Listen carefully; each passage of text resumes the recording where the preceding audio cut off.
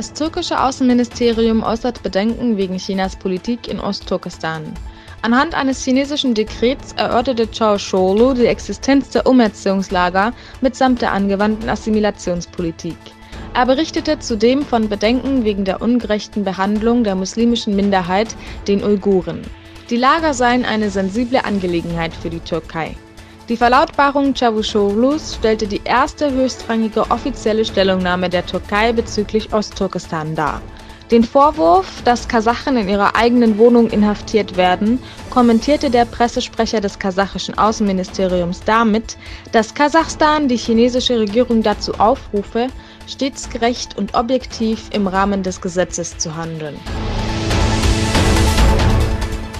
Zhang Weihua, der Berater des chinesischen Großkonsuls aus Ankara sowie der erste Schreiber des Politbüros des chinesischen Konsulats Wang Fei, besuchten die Große Einheitspartei (BBP), welche derzeit große Aufmerksamkeit in der Öffentlichkeit für die Uiguren generiert.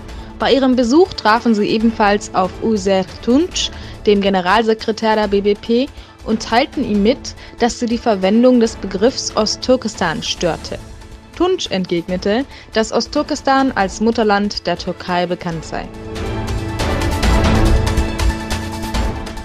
Saudi-Arabien verkündet Bangladesch von der geplanten Ausweisung von 250 Muslimen aus Arakan. Obwohl die meisten Muslime aus Arakan eine Aufenthaltserlaubnis in Saudi-Arabien besitzen, wurden die in Dschidda festgesetzten Betroffene wie Kriminelle behandelt. Seit 2011 verweigert die saudische Regierung Muslimen aus Arakan die Aufenthaltserlaubnis.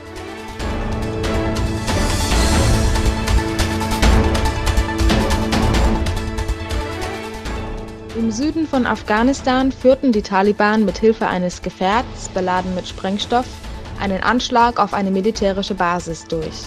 Afghanische Behörden berichten von 126 Sicherheitsmitarbeitern des militärischen Ausbildungslagers, die der Attacke erlegen sind.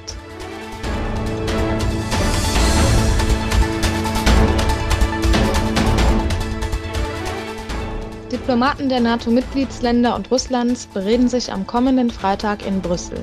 Anlass hierfür ist der INF-Vertrag. Der Rat sammelt sich, um politische Dialoge zu Russland aufrechtzuerhalten. Bemerkenswert ist der Zeitpunkt der Versammlung, welcher kurz vor Beendigung der 60-tägigen Frist, die Russland gestellt wurde, stattfindet.